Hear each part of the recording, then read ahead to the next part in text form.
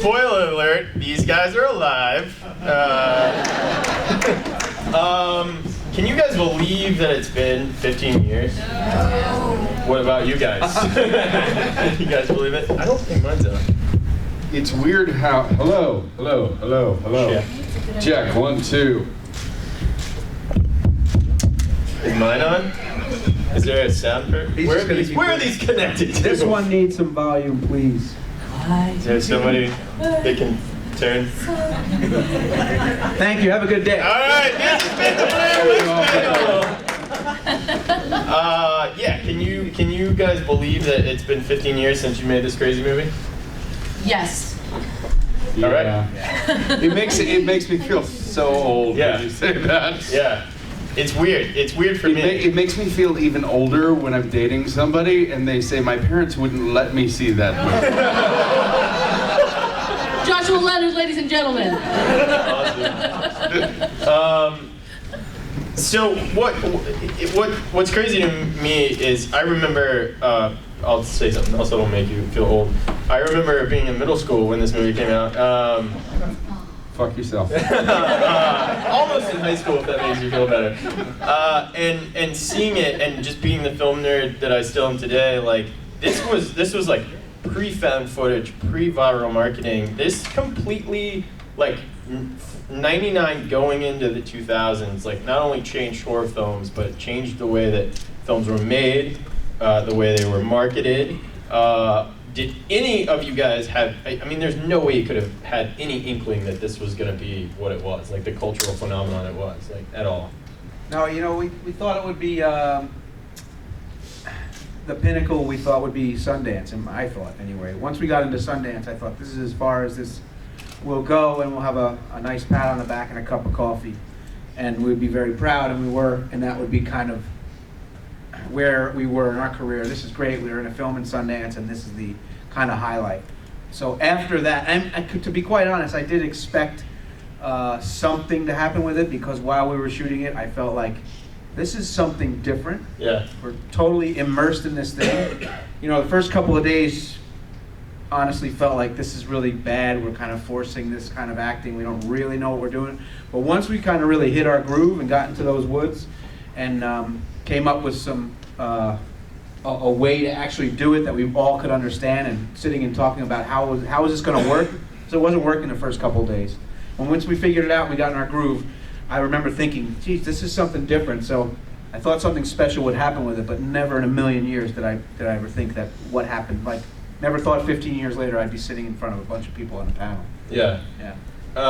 And did the guys even have an indication of that? Did they have plans for, I mean, I'm sure they had some ideas on how they were going to kind of creatively release it and market it, but with the whole viral marketing thing and trying to pass it off as if it was a real thing and stuff like that. I mean, did they even kind of have those plans going in? Yeah, I think you know, I can't speak for them, but they knew they were doing something different. They knew they didn't have a whole lot of money to spend, and they knew they had to be creative in the way they were going to make a film. Yeah. And you know, as actors or filmmakers or whatever, if you're going into something thinking it's not going to be that good or it's not going to be that successful, or why would you do it? So in that light, I think they're probably like, you know, we're really going to try and hit this thing out of the park. We're going to try to do something different. The energy around it, you know, I think about sitting in this pre-production meeting when we first got to Maryland in somebody's living room in a townhouse, and there was just equipment everywhere and a lot of, you know, young filmmakers and young actors, and there was just this kind of palpable energy of, you know, we're really going to set out to do something really cool, really different. So, you know, I don't know that they knew concretely, but it definitely felt like that. Yeah. I also just wanted to add that I don't know, we had the luxury of ignorance when we were first making it. Because you guys thought it was real too. Are you kidding me? Did you really just ask that question? Yeah. But because we were all kids, and none of us were, you know, none of us did this for a living. We all had side gigs and day jobs, and none of us had suffered as much heartbreak and failure as we have now 15 years later to know about the anomaly that I mean, we've all been fortunate to continue working in some capacity or another, and it's very rare. The anomaly of Blair Witch cannot be overstated. Yeah. In terms of in terms of the right thing at the right time with the right people and all the stars lining up in a perfect way. I think, when you're going out to make a film with people who have made a bunch of films before, there's much more cynicism because everybody's kind of been around and watched things. Some things work, some things don't work. Things you think are going to work don't work. But when you're a bunch of every letter that I get about a film from a young post-college, like making their first independent film, it's always like going to be the most revolutionary, the most innovative, the most memorable, and it's just because you don't know how much luck is involved in actually something like that happening. No, it's insane. I mean, the film is really lightning in a bottle. I just remember, like I said, being kind of movie obsessed and wanting to know everything about it, and it was like the first thing I remember seeing where there was this mythology outside of the film, and there were other like it was just, there was so much to get involved with, both from the filmmaking aspect and the actual film itself. There's so much to talk about with it. I'm actually really excited to be here with you guys, just to be honest. What was it like though, going in and actually filming it? Because I've heard all kinds of stories about like, they really did kind of tell you that the mythology was a real thing, and that you guys were kind of making a movie about that mythology, and that you weren't even told a lot of the things, and how much of that stuff is true? It's kind of like when you get you do another movie and you get like a script, and so there's a story that's like lined up. Yeah. They just gave us that information and that backstory in a different way. Right. Like we got a flyer about the Blair County Zucchini Festival, and they just kind of presented the story structure that they had in kind of an innovative way, and so then that gave us things to refer to. It gave us things as we were improvising the actual dialogue to include, to help build a world. Yeah, and I think that's a testament to all your performances, is that you guys are all three really amazing improvisers, and a lot of that emotion feels really raw and real. How much of that was really, like, truly, like, I know they did some crazy shit to you guys. All of it! You've been waiting so long to say that. I imagine that it probably wasn't hard to riff off that kind of stuff, being in the woods and, just being in that place and Well, a pile waking of up rocks to your... is inherently not scary. Right. But when you wake up and they're outside your tent and you had no idea... It's still really just a pile of rocks. Oh, well. Scary to me. What was scary was Josh's backpack being covered in KY jelly. Yeah. That was awesome. That was pretty scary. That made us really question like what had happened to him. Why is it my stuff? How come it's my shit? Here's what actually happens when you're making that movie is it's been raining all day. You spent all day working, but also really arguing and being really uncomfortable, and you got rain in your boots and you're cold, and they're not feeding you a lot of food, and you get in the tent, and there's water in your sleeping bag, and you're like, if I just stay here long enough, my body heat will heat up this water. You're about to fall asleep, and then there's noises of children outside the tent. Oh, Jesus Christ! No, you're really more annoyed than anything else. So what's really happening is you're going, fuck you guys, come on, man, we're done working, just let us sleep. Well, And then you turn the camera on and you go, okay. And then the thing is, it's because it was an Aeroflex 16mm, it kept losing registration because we were running with it. So we actually had to do that scene in the tent like 9 or 10 times that night. And so it wasn't. Where you're running from the tent. Yes. Yeah. Yes. Yeah, because there's one. I read something that there was supposed to be a shot of somebody like in white or something. There was a guy wrapped all in gauze, but we never quite got him. It's probably a good thing. That would have been weird. The mummy is here. No, it was on the black and white film. It probably would look pretty cool, Yeah. like a little shadowy guy wrapped in gauze. But no. Let's talk about your like key scene. What was filming that like? That was all improv, right? Yeah. I think you created the selfie as well. I think you should be credited for that. That is pretty funny. Yeah. No, Josh didn't even know I was not in the tent. Mike and I were hanging out. They moved our locations. We were in Seneca Creek State Park, and then they loaded us up in the car, and they're like, "Don't talk in the car. We're gonna drop you off for the final scene." And I'm just sitting there like, oh my God, when are we gonna eat something? Like, this is ridiculous. This is not, I have a degree in theater that's costing me a fortune. My student loan bills are out of control. I can do this without like all of this. Yeah. So they dropped us off and they had our tent set up, and I just took the camera behind and just believed in the circumstances. You know, like that. That's amazing. That's amazing.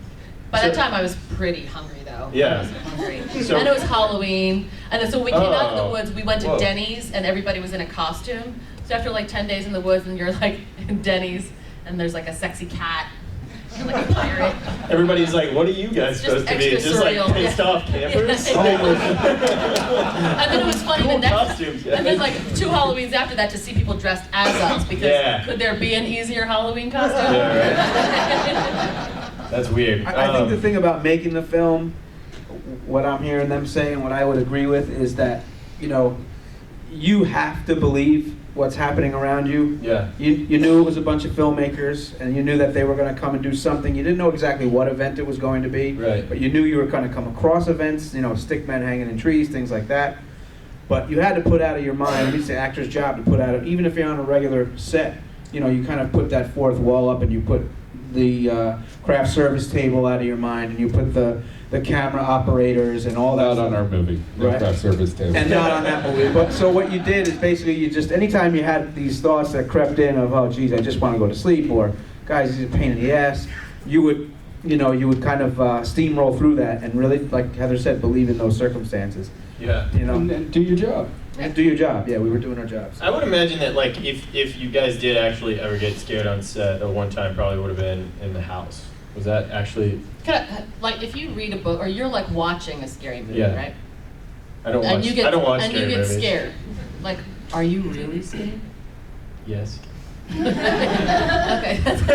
Wait. All right, interesting. Philosophically Good point. speaking. Good. No, but I mean, you know, it's controlled circumstance. Sure, Do you know what I yeah, mean? yeah. Like, so it's not like Yeah. somebody's really knocking on your door or Yeah. like slipping through your window. Well, you know what I mean? I think, because you guys experience from a totally different standpoint, but I think it's a testament to that film that to this day, like I and a lot of you guys can still watch it, and it still takes me back to this place of like just, like I know it's not real, I know all that stuff, but it just genuinely feels so raw and real That's in a great. different way than any other horror film. Like, and that's a really testament to you guys. I mean, You know, for me with the house, we had changed location, and we were, I don't know how many of you know this, but the way we were directed was through little notes in film canisters, you know, the old 35 Yeah. millimeter Yeah. cameras, so that one would have Heather, Josh, and Mike's, our names on them, and inside there'd be notes, and the notes would be differing, they would create conflict through these notes. We weren't allowed to share the notes. But anyway,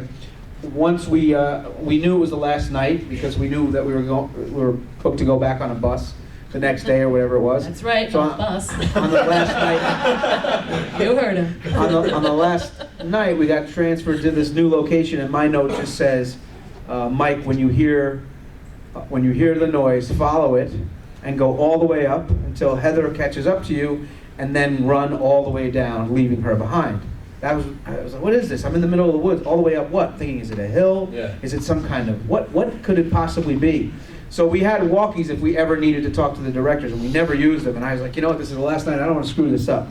Let me radio Ed. So he's like, what are you doing? What are you talking? I said, look, I got this note, I don't really understand it. He goes, trust me, you'll understand it. You'll understand it. Just stop, just get off the walkie. I said, all right, fine. So I put the walkie down. Middle of the night, I hear Josh's voice on a boombox, which was clearly a boombox. But in the movie, for somehow magically, it does not sound like a boombox. It's amazing, really. But so now I'm like following this Josh voice through the woods, and there's a shot where the camera sees the house. The first time the camera sees the house is the first time I see the house. Yeah. And I'd say my most legitimate in the moment line was, "Oh shit, it's a house." Because it was like, immediately I knew I had to get in there, I had to go upstairs, she had to come, and I had to run downstairs. So I was like, you have this. You're like 8 acting days and of- reacting at the same time. Exactly, Yeah. which is key to that. Yeah. So, leaving her behind and running up the stairs, and then, they created these circumstances that they made it very easy to believe in. So it was a very thorough job on everybody's part to get us into those kinds of moments. So. Well, and I mean, it's like the entire film leads to that one shot of you in the corner. And if you did get into all the extended mythology and really soaked up everything, like that was even more impactful. And I literally, like, were any of you guys like that? I literally read everything I could. Like, I just wanted to know more and more and more about the mystery. Heather, like, were you at all in that moment where when you come down the steps and you see him in the corner, you're just like, fuck? Like, did you have your own oh shit moment? Because you didn't know that was going to happen, right? I don't remember actually seeing him, because my note was to follow him downstairs. Yeah. And then the directors just grabbed me and laid down the camera.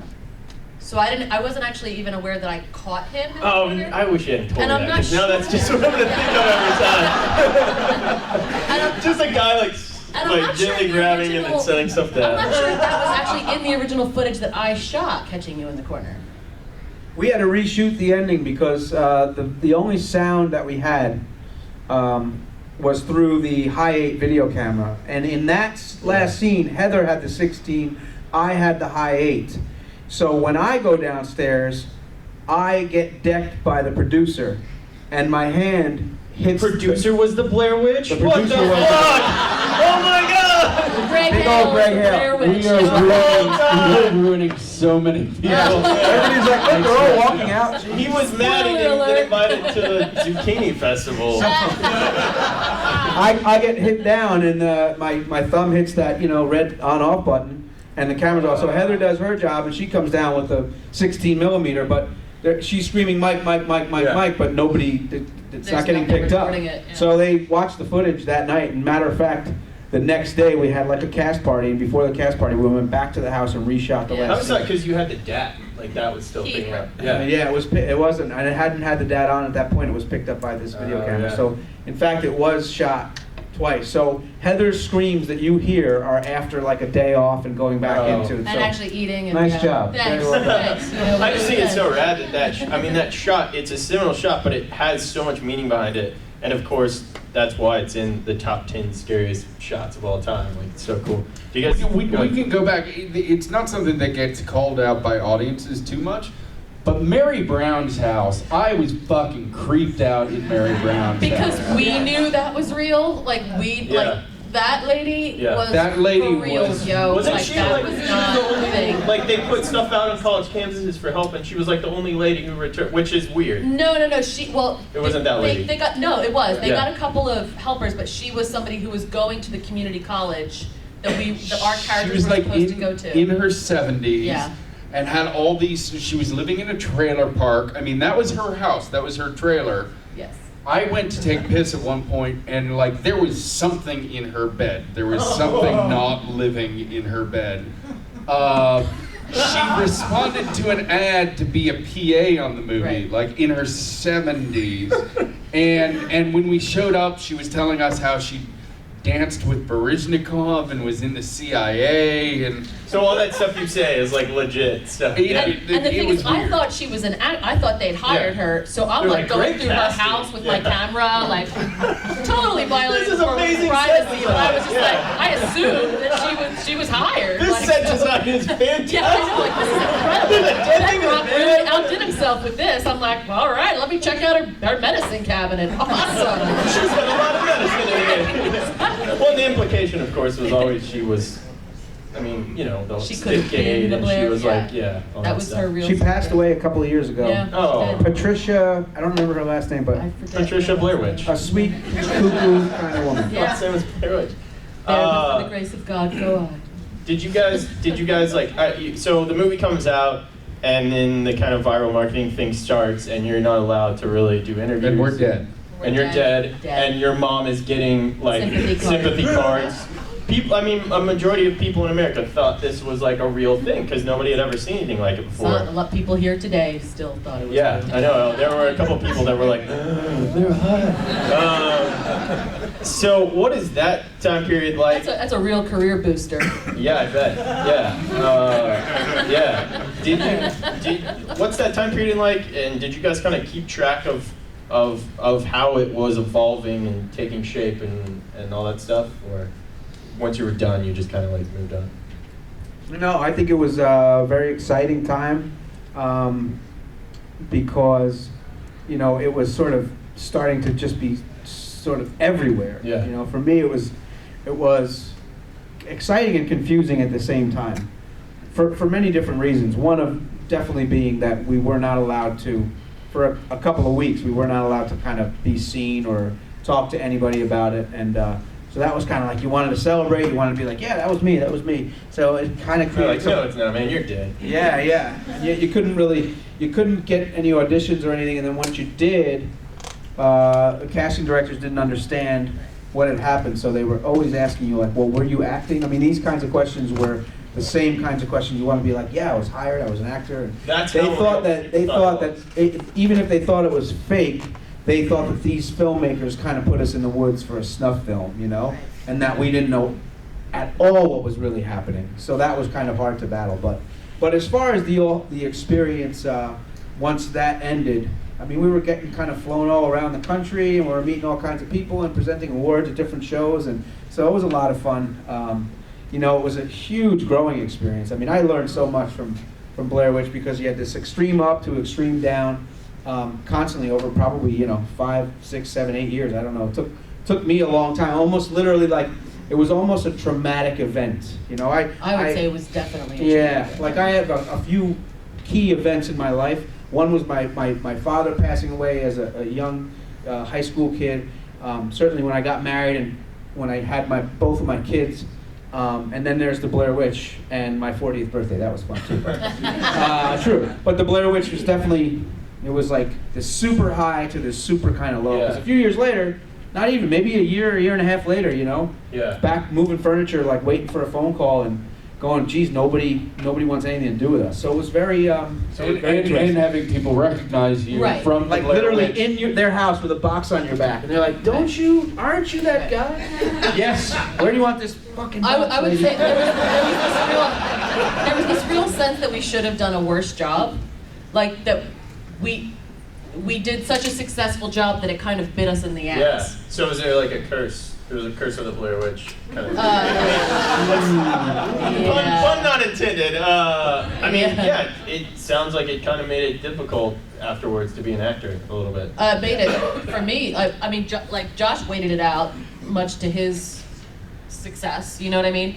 But I think it got to a point where, especially I think for me, because of the snot scene too, like it was just so indelible that I was just never going to overcome that. Yeah. You know, no matter what I did in anything else, like it was just always going to be this thing. It's like somebody who plays a memorable character on a sitcom, and then somebody has a hard time seeing him. Yeah, but in if you any do other those sitcoms, like you tend to get paid really well. That's true. So it was like doing something. Yeah. Like I still get recognized this day. So like usually that comes with some funds to really protect yourself or insulate yourself Right. a little bit, but this didn't really. Like so it was like this kind of shitty experience in a lot of ways. Yeah. Well, it's There's also and like sympathy to people who go through that mill too young, because Yeah. the term overnight success gets thrown around a lot. Yeah. But And in our then case, you move to LA, you watch people, you're like, oh, that was overnight success that you'd been working for 15 years. Yeah. Whereas this was literally like one day, nobody knew who we were or who this film was, and like a few weeks later we were on the cover of Newsweek. I mean, that was the turnaround. And there are people like car chasing you, or there's paparazzi when you get off an airplane, like Just out of nowhere. just because of the whole mass hysteria of the thing, and I think a lot of that probably had to do with the fact that people were very confused whether it was real or fake. And we had 2 cars, 2 different limos. One was like a decoy limo, and one was ours. That's that crazy. was crazy. And so 2 things happened. This is deep behind the veil. Is at first you're like, okay, this is fucked up. This is like, you know, people learn how to do this. People learn how to be famous and gracious and lose their privacy, and we're kids, and you know, we've just kind of been thrown into this situation. And then just as you start kind of picking up on it and getting used to the town cars and all that stuff, it's totally over. Nobody gives a shit. You're like, wait, where are all the people who were following me? I was driving past billboards with my face on it in my '84 Celica that I bought for $1,000 when I moved to LA, which is really a very strange experience. That's a weird. I worked my last catering gig 4 days before I went on Jay Leno. That's so weird. It was right. Yeah, it was crazy. And we were so young too, so it was like a lot to process. It's like on one hand, like you were a part of something that like will never had happened before and will never happen again, and you will forever like be a legendary for that. But at the same time, it like. Well, but also you have to understand that as it became successful, there was also this attitude from the production company of like, fuck you, this has nothing to do with you. Yeah. So like there was a little bit of that going on as well. Like you'd even go into like, I want some swag for my family, and they're like, oh, what are you doing here? Like this kind of general attitude, like, man, we kind of wish you were dead because that would have been awesome for us. Like, if like, ew, whoa, we could have Italianed you right out. And then we could have had sequels, and it'd be awesome. That's so. We did, when we broke $100 million at the box office, they did send us a fruit basket, which They I thought did. was They sent us really a nice. fruit basket. It's really nice of them. Fucking fruit basket. Really nice. Do you know how much money they made? They sent us a fruit basket. But they didn't even like buy a new basket. They just used the old sticks from the figures to make a basket. And the old And the old fruit from the. Listen. And then I actually got in trouble because I had a quote. I'm like the poorest famous person on earth. And they call me up and they're like, you can't say things like that. I was like, why are you sending me a check? Give me money to stop talking. Exactly. I was like, but I am. That fruit was fucking delicious. Oh, shit. and lest, I mean, this is kind of all after the fact, Right. and you know, lest I certainly am not bitter about any of it. It was just such a quick lesson in so many things, and you're trying to catch up, and so when people talk about, I really try to parse my experience with Blair Witch into 2 things. One is my experience of Blair Witch, of like going out and making something in this really like weird punk rock, you know, we're kids, these are the resources we have, let's go try to make something cool. Versus the movie once it went out to the public, and it wasn't just ours anymore. It was kind of everybody's movie. And although I was very proud to be part of the creative team initially, I think so much of the Blair Witch that kind of made the mark on the world and was revolutionary had nothing to do with me. I mean, that was really an audience decides when to embrace something, you know, in any given time and place, and that really happened. So I don't, you know. I would give you guys more credit though, because if you strip away everything else, it's really you guys in the movie alone. There is no movie without you 3 in your performances. So I mean. Well, thanks, but who knows if the movie had come out 2 years later, if it would have been the exact same movie, but could have had a completely different relationship with the culture at large. Yeah, Totally. So, hard-hitting question: Do you regret it? Do you regret doing it? I regret using my real name. Totally. Yeah, that's interesting. I mean, look, I got to travel the world. I got to be Yeah. an actress throughout my 20s, which is a great time to do it. And I had a fabulous time. You get to be in a movie with Freddie Prinze Jr. I got to slap Freddie Prinze Jr. in that movie, which was hilarious. So, like, yeah, no, I have no regrets except using my full name. That would You be think cool. that would have changed a lot using a different name? Absolutely. Wow. Yeah. Well, also, it's just like, because then it's like you sign up for a character, so then then your name becomes their intellectual Right, property. yeah, Like yeah. there's that whole like philosophical kind of existential, oh God, weird, no kind of thing that comes out of that. Why did they use y'all's real names just to? I think they whatever? fundamentally lacked faith in our ability to do it without that. Huh.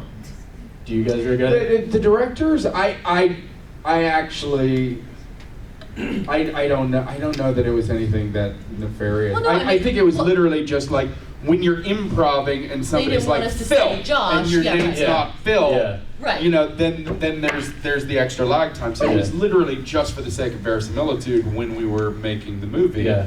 Yeah, they were hoping to get really raw performances, and they're like, if we get into this place where we're really raw, we just don't want you to have to even think about Yeah. it. About Just do calling those the types- person Because we by were their name. cast as Jane, John, and Bill. Jane, John, and Bill. Right. And so then when we got down, they're like, we think maybe you guys use your real name. We're like, okay.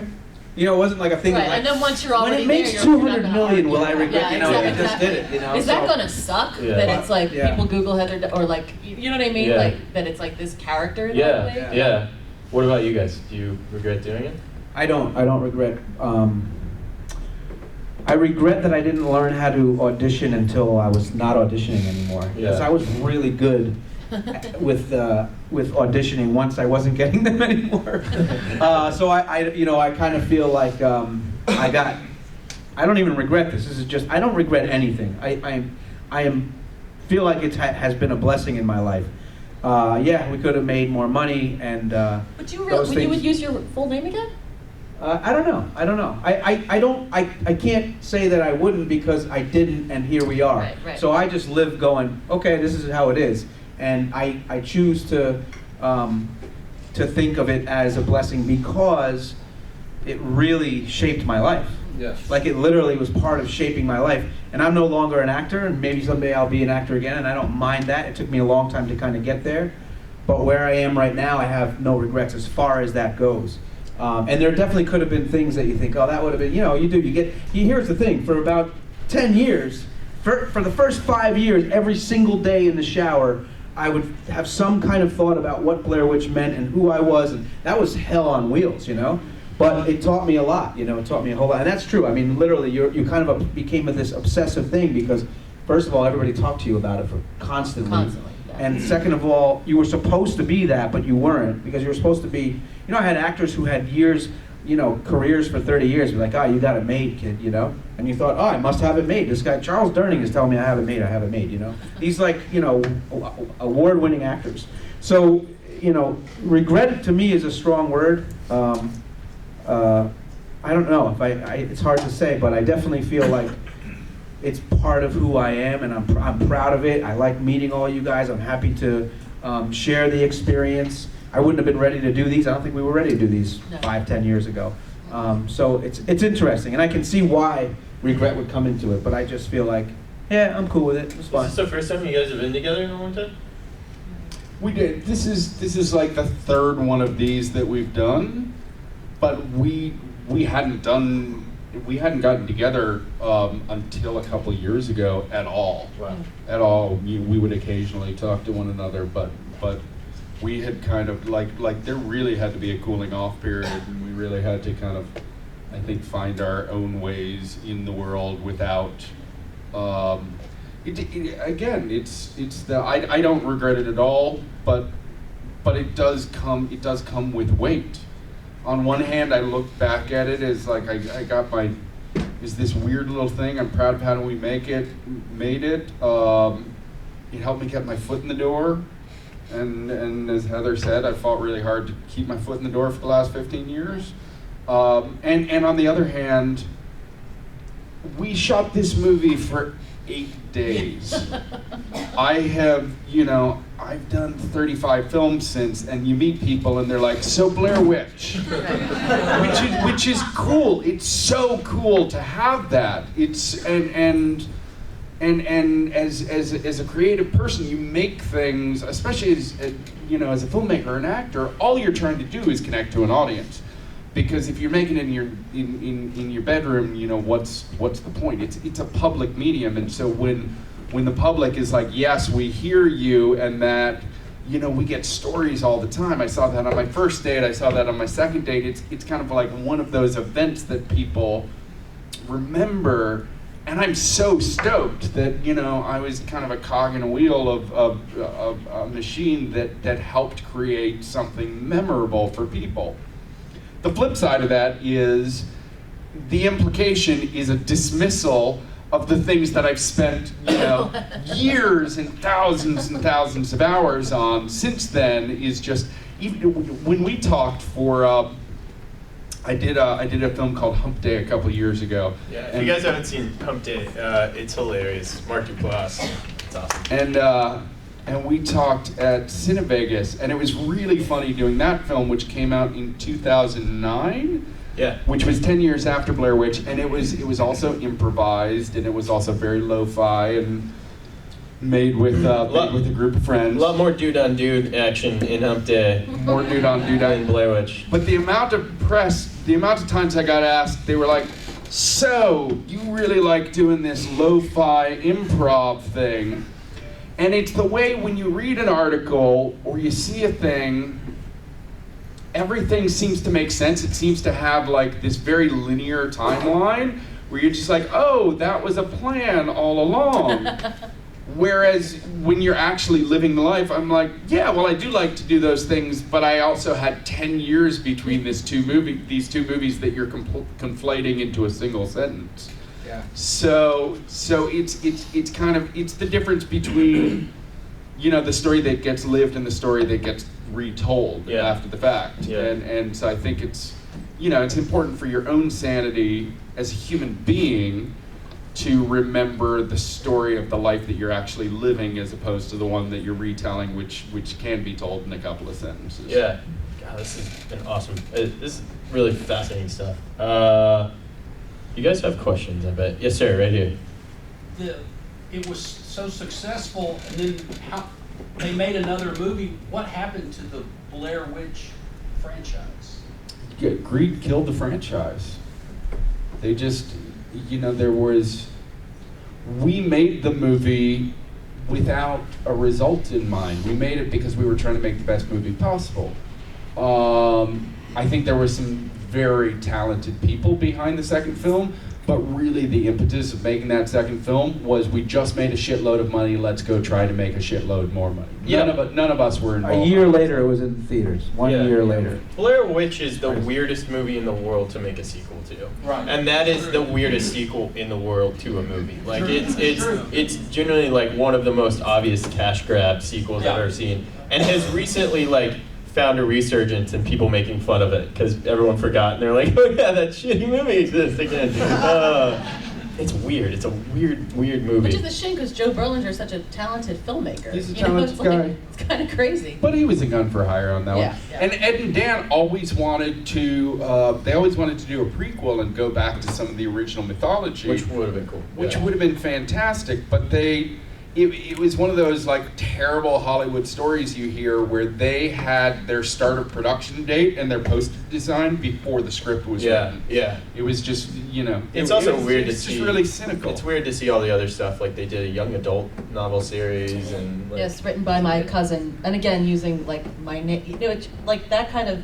That's why I say the name. I have the name regret, because then my full name got put on all of that stuff. Yeah, it was really weird. So and weird. And a weird video game and all kinds of weird stuff. Yeah, I think it was a little different for Heather only because she was literally the face of the movie, the voice of the movie. We could kind of, she would get recognized more than we would, and your name being used was used on everything. Our names, it didn't matter. It was Mike and Josh, but it was Heather Donahue. Oh. Heather Donahue is everybody knows who Heather Donahue is. And I think that, the thing about it is, literally she drove the whole movie. Think about how hard it is to play a role where you have to be this kind of annoying bitch. Yeah, and super. Yeah. A nice woman would have turned the camera off. It wouldn't work if she wasn't so aggressive and assertive. Yeah. And then for a casting director to think she wasn't acting is like, oh, here's this annoying bitch in my office. And I'm obviously not wearing any makeup, which I don't, if you're starting out in LA, you might want to put some mascara on. Yeah. And not wear layers. Yeah. And I think because of that, it's also one of those movies. I wonder if reality stars get this today, where people would just come up with to you on the street and be like, "I fucking hate you. You're I so used to annoying." get that all the time. Yeah. Oh yeah. Or oh, that thing, I love that thing too. Like the completion of the character and the person. That's what there was, was I think, there was so no hard. there was Yeah. no line there Totally. for a No while. line. Yeah. Yeah. Yes, right here. I remember seeing in theater the husband holding his hands so tight that at one point, just shaking it off, because they're so scared during the movie.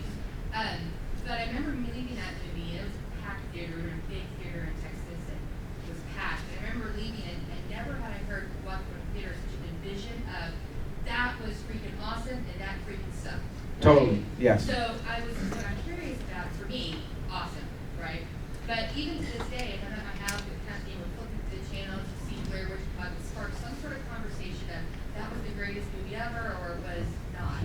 So how did that impact you when there was such a, I never heard anybody go, people felt one way or the other. So how did that kind of impact you when you getting that feedback, how divided it was? And then were you ever in a situation when you heard people talking about it and they didn't know who you were? I was in a theater in my neighborhood. My father-in-law used to say, I'll know that movie's big when it's at the multiplex in Hawthorne, which is. So it comes to the multiplex in Hawthorne. I said, we're gonna go see this movie. He goes, yeah, let's go. So we went to see this movie, and it was like, wow, it was really exciting. I mean, this is a movie theater that I, was trying to like pick up girls at 15 years old and getting drunk in the parking lot and stuff. And we got drunk that night too. But anyway, no, we get into this theater. And there's two guys in front of us. We're watching the movie. It's like week 2. And these guys were big dudes. And at the end of the movie, I'm sitting right behind them.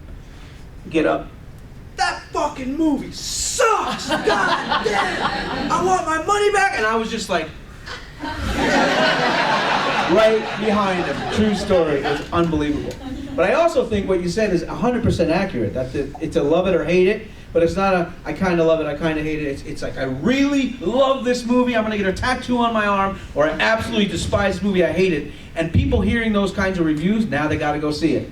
Right. That drove people to the theater, that dichotomy of the complete polar opposites. If it was a wishy-washy thing, it wouldn't have ever done what it did, which, maybe is, something that affected us because of the sheer mass that it went out to. But definitely it's a love or hate. In fact, I think you definitely now, especially that it's old and people watch it and they don't have the same experience, because when we all watched it for the first time, when it first came out, you weren't sure if it was real. Once you lose that and you watch it on a little DVD, it's not nearly as powerful. And I think a lot more people now, personally, like once in a while I'll look at what people are saying about it, just for shits and giggles, and there's a lot of hate. There's a lot of hate towards this movie, and I think there's probably more hate now than there was 15 years ago, because they're not getting that experience that they had.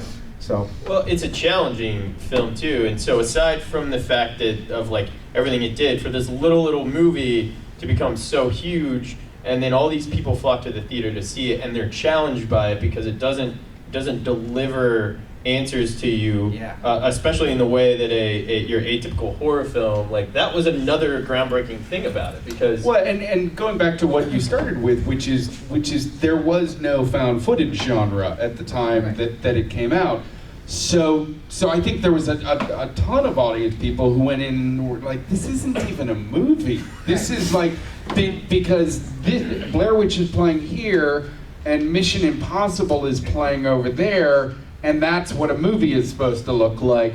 What the fuck is this piece of shit? And I think that it was a combination of that, and also the last thing I ever want to hear before I go see a movie is it's the greatest movie you're ever gonna see, or it's so, like, the expectations, because it was just a weird little movie that we made. Yeah. Well, and it's hard too when you get a lot of hype, like people are throwing up and passing out. Yeah. And like that's always a really on the cover of magazines, and it's kind of, and again that goes back to, you know, the movie that we made versus the movie that was released, that was much more, you know, the audience's experience of the movie. What was your reaction the first time you guys got to see the finished movie? Because I imagine that's a much different experience shooting it, because there were a lot of blanks that weren't filled in, and then they Yeah, took I that. thought there's no way this is ever getting into Sundance. Yeah, it defined Sundance. Like Sundance is a different I mean, when we festival saw now. it at the, where was it in Manhattan? Screening in Manhattan was, Yeah, yeah. was just like, ooh, this is bad. Yeah, I was like, this is really bad. And it was a longer I don't cut. even remember that. Yeah, they gave I you- was on Were a you lot at of that? drugs. Were you I at must have been on so many drugs. So you guys, when you saw it, you thought it was bad. You thought it was a bad movie? Wow. I thought it was very long at that point Too too. long. It was like over 2 hours, and I was just like, What about when you saw the God, final? I'm so annoying in this. Shut up, God. I mean, were you and guys then- able to see it for what everyone else was seeing it, or were you just When we went to Sundance, Yeah. when we Yeah. went to Sundance, there was something electric Yeah. about those screenings. Yeah. And like Mike said, we still had no idea that it would do anything in the rest of the world, but you could hear a pin drop and people were jumping out of their Yeah. seats, and the black that they use in the movie, where it just goes to black, was Yeah. used so effectively, and no score, and it was really, you felt the audience on the edge of their seats when we did those Sundance. They really made it something out of that footage. Yeah. I think they really did a good job, and I always think that that's such a huge part of it. Like there's no music, there's a couple little words in the front, you know, the little classic kind of white print, and then you just watch this thing roll out. And Josh is right. I mean, the difference between that New York City, whatever notes they got, whatever cuts they made.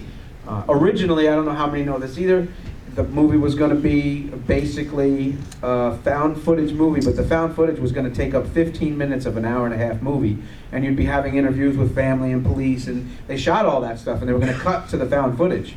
And then after some editing, they would cut, they made us a half an hour of the movie, and then eventually we were an hour, and it was just a half an hour of interviews with police and family, and then they just said, let's just try this thing on its own. So it was about 2 years, from 97 to 99 or something, that they were messing around with how it was going to look and what it was going to be. So I think a lot of credit needs to go to them for that, obviously. Wow.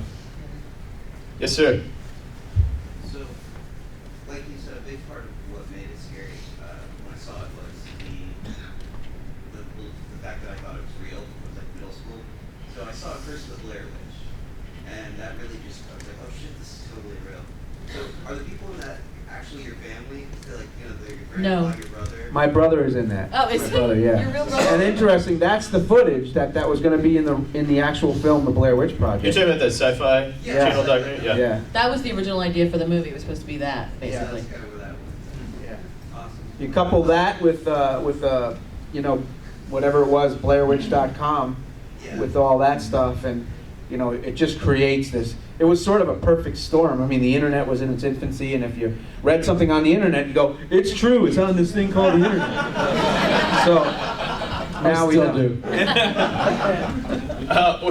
I read somewhere, was it true that at some point you guys were going to be chased by a giant stick figure? Oh, God, I hope. I don't think so. Probably, but we never heard about it. It's such a ridiculous idea. Well, when we reshot the ending, because Artisan did not like the ending, they thought didn't work. So they hired me to go down to make more money in 2 days than I had made on the whole movie. We went down to Maryland, the house was still there, and they just kept putting me in the corner and doing different things. And literally at one point, I was on a giant crucifix stick man Oh, I read about with that too. So a wanna see crown of that. thorns. So wanna see Like, that. you know, and we're just laughing our asses off, like, this is the stupidest freaking Hollywood thing. And then, of course, eventually, you know, they stuck with the original ending, thankfully. And that was after Sundance, they changed. There was also talk, by the way, at Sundance that at Sundance that year, after the movie got bought, of are they going to release the film that they bought, or are they going to remake the movie? Did they basically buy it for the intellectual Oh, property, yeah. and are they going to remake True. this movie with Hollywood actors and then release that? Yeah, that's right. You know what's so funny about, we were talking about just this pop culture impact, like, you were talking about had it hit 2 years later or something like that, like, I can totally imagine there being a different version of this story where it hits and no one paid attention, and then people found it, you know, and then it became a huge thing differently. I wish like, this movie had made $8 million. Yeah, like more of a true kind of Totally. steady. Like this, this was also another thing to add to the list of this. This was like the instant cult status. Like before cult status, you had to like play a bunch of midnights at indie theaters, and this was like, oh, like you said, overnight cult status. All right, where is This she? woman in the red hair right there is no way. Yeah, go ahead. Well, I just wanted to ask, as a wrap-up question, how did the Blair Witch affect your idea of camping? Do you go camping? Oh, that's a great question. We have to end on that I one. live Good job. in the woods. You live in the woods. Yeah, I do. Yeah. Whoa. I love to camp. I love to fish. Yeah. I love to be outside. I always am, as much as I can be.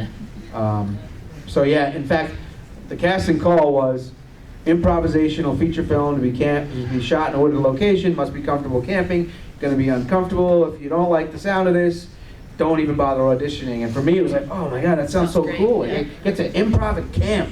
My favorite thing. I only go camping with Mike and Heather. Well, you know what? It's nice to hear that as much as the Blair Witch affected your life, it did not affect your hiking hobby. That was really nice. Okay, just to end on this note, did you really bring a knife? I heard you brought a I knife. did. I bought a hunting knife. Well, Because you were nervous about shooting this movie. There's two dudes. I'm the only woman being sent out with an all-male crew and 2 dudes to the woods. I was Smart. like, Yeah, and a witch. I will gut you. Yeah. Cut and gut you. That's Do what you the see this movie. knife? That's what the movie should have been. You just killing everyone. You're like, this crazy actress murdered everyone while they're filming this movie Well, with a witch. everybody was like, I can't believe you're really going to do that. I cannot believe you're really going to do that. I was like, come on. If something scares you and it doesn't involve hospitals or prisons, you should totally do it. That's awesome. All right, guys. Thank you guys so much. Yeah, Thank you really. for coming out. Thank you.